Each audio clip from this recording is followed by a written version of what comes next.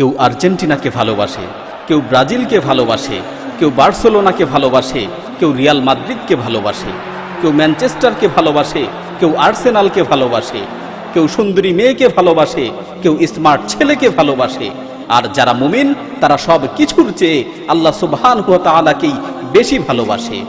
বড়ই আফসোস ও পরিতাপের বিষয়, আজকের মানুষ দুনিয়ার এই তুচ্ছ জিনিসগুলোকে আল্লাহর চেয়েও বেশি ভালোবাসে। আজকের যুবকেরা তার পছন্দের তারকাকে আল্লাহর চেয়ে বেশি ভালোবাসে। তারা ভালোবাসার ক্ষেত্রে আল্লাহর সাথে শরীক করে, তারা ভালোবাসার ক্ষেত্রে আল্লাহর সমকক্ষ স্থির করে।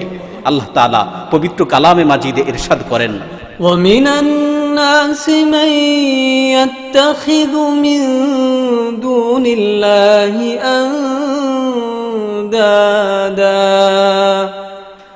يُحِبُّونَهُمْ كَحُبِّ اللَّهِ।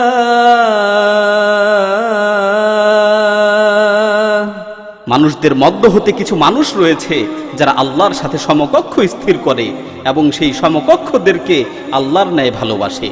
উল্লিখিত আয়াতে আল্লাহ তাআলা আন্দাদ তথা সমকক্ষের কথা উল্লেখ করেছেন। এই সমকক্ষ কোনো খেলোয়াড় হতে পারে, এই সমকক্ষ কোনো পছন্দনীয় তারকা হতে পারে, এই সমকক্ষ কোনো ভালোবাসার বস্তু হতে পারে। যদি সেই পছন্দের খেলোয়াড়কে, যদি সেই ভালোবাসার বস্তুকে আল্লাহর চেয়ে বেশি ভালোবাসা হয়। তারপর আল্লাহ তাআলা মুমিনদের ব্যাপারে বলছেন, والذين آمنوا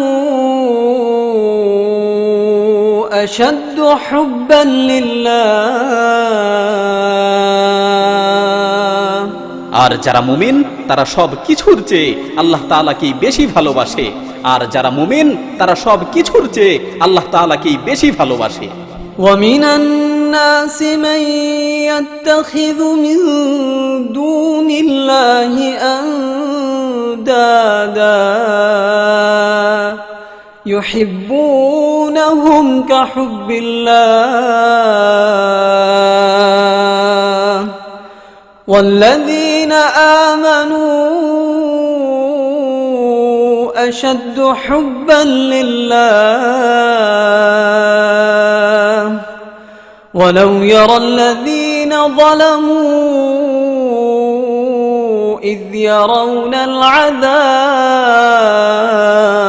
العذاب أن القوة لله جميعا وأن الله شديد العذاب